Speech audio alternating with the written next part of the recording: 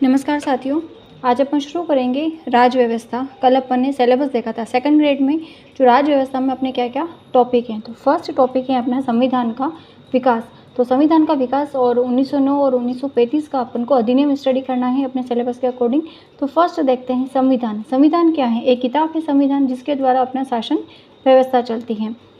दो शब्दों से मिलकर के बना है संविधान। सम धन विधान। सम का अर्थ होता है समान, समूह, और विधान होता है कानून, यानी कि कानूनों का समूह। तो किसी भी देश की शासन व्यवस्था को सुचारू रूप से संचालित, नियंत्रित एवं संगठित करने हेतु लिखित और अलिखित कानूनों का जो समूह होता है वो कहलाता है संविधान।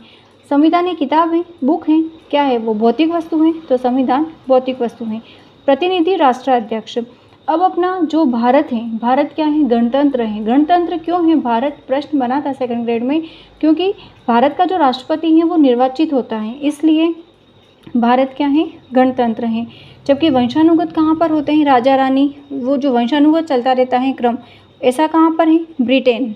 जो राजतंत्र, जहाँ पर जो शासन चलाने वाला होता है वो वंशानुगत, पीढ़ी दर पीढ़ी वही बनते हैं। जबकि अपने यहाँ पर क्या है? अपना भारत गणतंत्र है, क्योंकि यहाँ का जो राष्ट्रपति है वो निर्वाचित होता है। प्लस लोकतंत्र किसको कह सकते हैं अपन? ऐसी शासन व्यवस्था जिसमें जनता की भागीदारी हो। अपना भारत क्या है? लोकतंत्र भी है, जनता की भागीदारी होती है इसमें। फिर है, अब लोकतंत्र दो भागों में डिवाइड होता है। एक तो है प्रत्यक्ष और अप्रत्यक्ष। प्रत्यक्ष का मतलब क्या होता है? एक ऐसी शासन व्यवस्था जिसमें शासन की शक्तियों का प्रयोग जनता स्वयं करती है। इसमें कौन आती है? ग्राम सभा। अप्रत्यक्ष, इनडायरेक्टली, ऐसी शासन व्यवस्था जिसके शासन की शक्तियों का प्रयोग जनता स्वयं न करके जनता के प्रतिनिधि करते हैं, उसमें आती है ग्राम पंचायत। क्लियर? और ब्रिटेन में भी राजतंत्र मतलब वंशानुगत है और लोकतंत्र है। इसमें भी शासन व्यवस्था जिसमें जनता की भागीदारी होती है।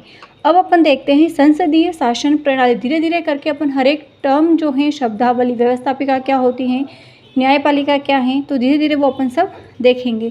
तो संसदीय शासन प्रणाली और एक है अध्यक्षात्मक शासन प्रणाली। तो जो संसदीय शासन प्रणाली है, एक दोहरी कार्यपालिका है। नाम देखो, सेंटर में प्रमुख कौन होता है? राष्ट्रपति, नाम मात्र का। ठीक है, बाकी सब कुछ कार्यकर्ता कौन करता है? प्रधानमंत्री। फिर इसमें अपने वास्तविक प्रधानमंत्री हो गए। फिर इधर राज्यपाल हैं और वास्तविक कौन हो गए? मुख्यमंत्री राज्य सरकार में। ठीक है, कार्यपालिका जो है वो व्यवस्थापिका के प्रति उत्तरदायी होती है, जैसे कि भारत और ब्रिटेन। सॉरी। अध्यक्षात्मक शासन प्रणाली, दोहरी पालिका का इसमें अभाव होता है। शासन में शक्तियाँ राष्ट्रपति, कार्यपालिका, व्यवस्थापिका के प्रति उत्तरदायी नहीं होती हैं, जैसे कि अमेरिका, उसमें ऐसा नहीं होता है। अब देखते हैं संघात्मक शासन व्यवस्था। तो संघात्मक शासन व्यवस्था में क्या होता है? इस वर्ड का मीनिंग क्या होता है? संघ, केंद्र और राज्य के मध्य विषयों का बंटवारा, उसको कहते हैं संघात्मक शासन व्यवस्था। विषयों का बंटवारा मतलब कृषि विभाग का ये डिपार्टमेंट होगा, सब अलग अलग मंत्री बनते हैं ना, तो उसको कहते हैं संघात्मक शासन व्यवस्था।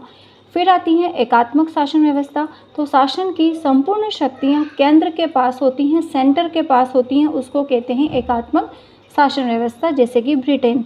अब अमेरिका, भारत और ब्रिटेन, इसमें कौन कौन सी शासन प्रणाली चलती हैं? तो अपना ये प्रश्न बनता है, सेकंड ग्रेड में बना हुआ था कि भारत क्या है? गणतंत्र है, लोकतंत्र है, लोकतंत्र प्लस गणतंत्र है कि क्या है? तो भारत क्या है? लोकतंत्र, गणतंत्र, संघात्मक व संसदीय शासन प्रणाली अपनाता है, क्योंकि भारत का राष्ट्रपति निर्वाचित होता है। अमेरिका में लोकतंत्र, गणतंत्र, संघात्मक, अध्यक्षात्मक शासन प्रणाली होती है। लोकतंत्र, गणतंत्र, संघ, संसदीय शासन प्रणाली इंडिया में है। लोकतंत्र, राजतंत्र, एकात्मक, संसदीय शासन प्रणाली है ब्रिटेन में। एकात्मक का मतलब जहाँ पर शासन की संपूर्ण जो शक्तियाँ हैं वो सेंटर के पास होगी, तो उसको कहते हैं एकात्मक शासन व्यवस्था। अब अपन क्या देखते हैं? संघ सरकार। संघ सरकार का मतलब क्या है? अपना जो सेंट्रल गवर्नमेंट है, केंद्र सरकार। इस संघ सरकार का जो संविधान में है भाग 5 में उल्लेख है, अनुच्छेद 52 से लेकर के 151 तक आती है संघ सरकार। इसके 3 भाग हैं, कार्यपालिका, व्यवस्थापिका और न्यायपालिका। अब इसमें कौन कौन आते हैं? अनुच्छेद कार्यपालिका का 52 से 78, व्यवस्थापिका का अनुच्छेद आता है 79 से 122 और एक इसमें अपन को अध्यादेश पढ़ना है 123। न्यायपालिका आती है 124 से 147, फिर इसमें CAG 148 से 151, नियंत्रक व महालेखा परीक्षक। कार्यपालिका में कौन कौन आते हैं? राष्ट्रपति, उपराष्ट्रपति, प्रधानमंत्री, मंत्रिपरिषद, महान्यायवादी। तो राष्ट्रपति का अनुच्छेद 52, उपराष्ट्रपति 63, प्रधानमंत्री 75, मंत्रिपरिषद 74, महान्यायवादी 76। और इस कार्यपालिका का क्या कार्य होता है? जो कानून है उनका क्रियान्वयन करना। ठीक है।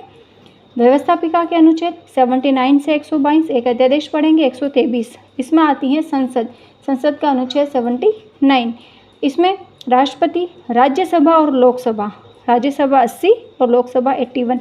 इसका क्या कार्य होता है? कानून का निर्माण करना। व्यवस्थापिका का क्या कार्य होता है? कानून का निर्माण करना, जबकि कार्यपालिका क्या करती है? कानून का क्रियान्वयन करना। संसद में राष्ट्रपति आएगा।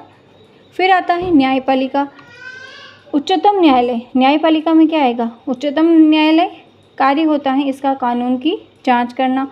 इसका अनुच्छेद है 124 से 147 तक। तो आज अपन एक छोटा सा देखा है कि संविधान का विकास, इसके आगे की स्टडी अपन कल करेंगे। तो मिलते हैं नेक्स्ट क्लास में। Thank you.